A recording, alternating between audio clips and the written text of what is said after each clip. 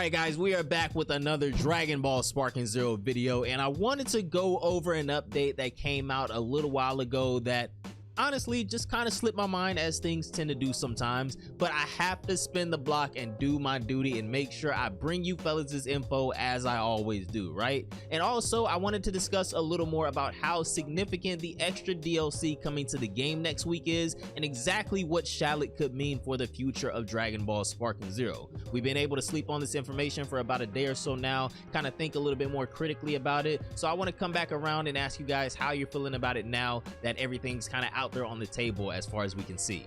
There's a lot going on with Dragon Ball games right now, which is great, and we also have that big announcement with Toyotaro in the Dragon Ball Super manga the first week of July, so things might be turning around for us. I don't know. There's a lot to experience at this moment and a lot to talk about, so without further ado, let's just get straight to it. So a few days ago, the official Dragon Ball Games Twitter account released an update on their account that I'm gonna go ahead and put up on the screen for you guys right now, saying that changes are coming to ranked match soon in Dragon Ball Sparking Zero. So what they're gonna say is we are implementing a seasonal system for ranked matches commencing in early July.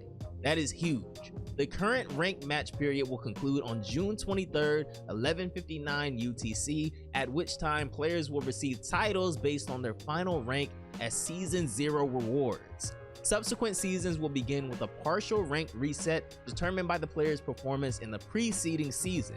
Thank you for understanding.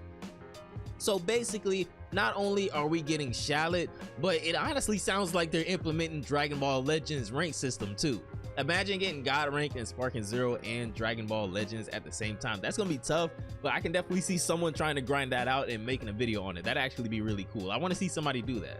So according to them, we've been in Season 0 of ranked in Dragon Ball Sparking Zero for the past, what, like 8 months now, which is kind of funny, but hopefully the following seasons won't be much longer than maybe like a month max. I feel like 2 to 3 weeks is honestly a good time frame, depending on, you know, how high the system is gonna go. But in a game like this, maybe they do want to extend it a little bit longer. I don't know. I feel like that 2 week to a month span is probably the sweet spot, right?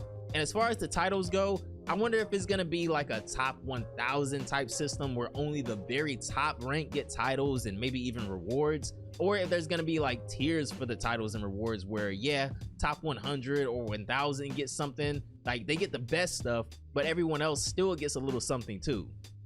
Now, something interesting that I noticed is that it seems like this update is gonna go live around the time Shallot's early access is, or at least that's when the current rank season is gonna end. I could be mistaken about that, but Shallot is scheduled for June 27th, so midnight on the 24th I think is when early access should begin.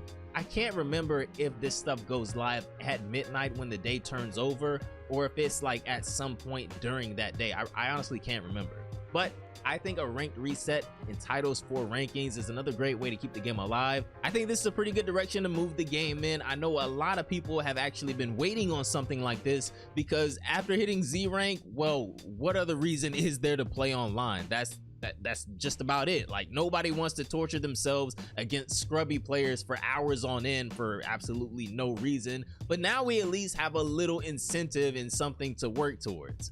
Unfortunately, there's still no sign of crossplay being brought up, which is one of the biggest updates we've been asking for since day one, and easily one of the best ways to keep the game alive, because certain regions, as I'm sure a lot of you guys already know, are a lot more scarce with specific platforms than others. Like, I've seen on Reddit that the PC player base in some of these other countries is almost non-existent, so crossplay should be a priority at this point, in my opinion, for the devs, but we're just gonna have to wait and see, I guess.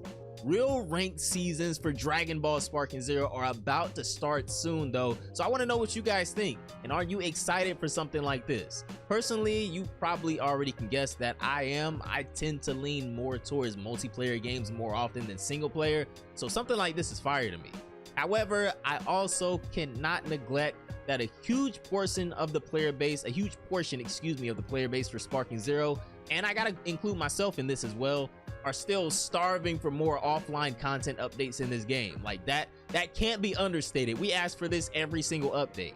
We haven't gotten new custom battles since the Hero of Justice DLC with Beast Gohan and Orange Piccolo. We haven't had any episode battle updates, and there hasn't been any raid type content either lately. So if you brought this game and don't want to play online ranked or something, you've just been kind of cooked for months, and I don't think that's right.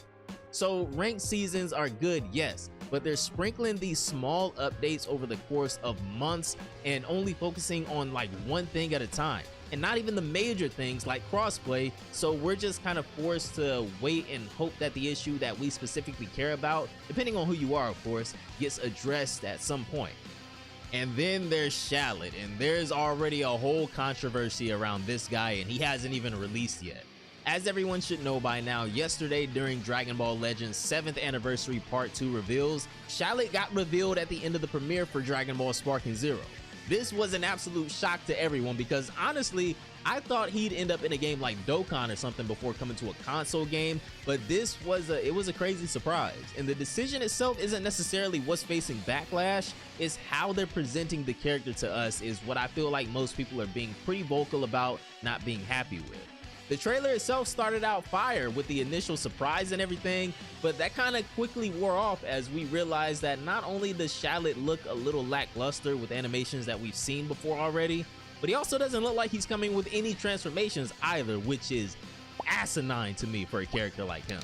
At first, I had some crazy cope and thought, you know, I think I said this in the last video too, maybe this wasn't the full trailer and they were hiding the transformations and things like that until the last minute. But then I saw on the official Dragon Ball Sparking Zero page on Bandai's website that he's already on their character page, which I'm gonna go ahead and show to you guys right now. So I don't know, man, it's looking kind of grim if we thought that we get a Shallot with any of his numerous transformations, right? Which is kind of crazy, man. I mean, this guy has, mind you, he has Super Saiyans 1 through 3, Super Saiyan God, and Super Saiyan Blue. So to just get a base form Shallot is wicked work, man. If you guys want to see this page for yourselves, I'll be sure to link it down below in the description if you're into like the art and things like that. A little unfortunate and seems kind of lazy in my opinion, yeah, but I'm still super excited for Shallot in Dragon Ball Sparking Zero for the reasons that we talked about in the last video. Shallot being a game original character and coming to Sparking Zero gives me a lot of hope for other obscure DLC and game original characters, mainly Android 21 that I've been waiting to see since release, but again, seems like the devs are just like drip feeding us at this point and focusing on one thing at a time. But let me know what you guys think about the new ranked update coming to Dragon Ball Sparking Zero and your honest thoughts on Shallot as well, now that we've gotten to sleep on this information for like a day at this point and kind of give it some critical thought. Like I said earlier, I can't hate on the decision for Shallot. I'm really excited for him, and I know the majority of us are, but they just really should have done more with him. The choice and how they're implementing him is kind of the questionable part to me. But anyways, fellas, that is going to do it for this one. I hope you all enjoyed the video, and let me know down below in the comments, are these two updates, well, update and extra DLC, enough to get you back on Sparking Zero on a regular basis? For me, honestly, I gotta see. I still enjoy the game, but I can't just sit down and play it for like 5 hours, 6 hours at a time like Call of Duty or Gears or something like that. I'll be able to have a better answer next week, but remember, ranked update on the 23rd. Well, I guess that's when the ranked season ends, and they said the next one will start early July-ish, and Shallot on the 27th. But anyways, have a great day, and I'm gonna see you all in the next one. Bye, guys.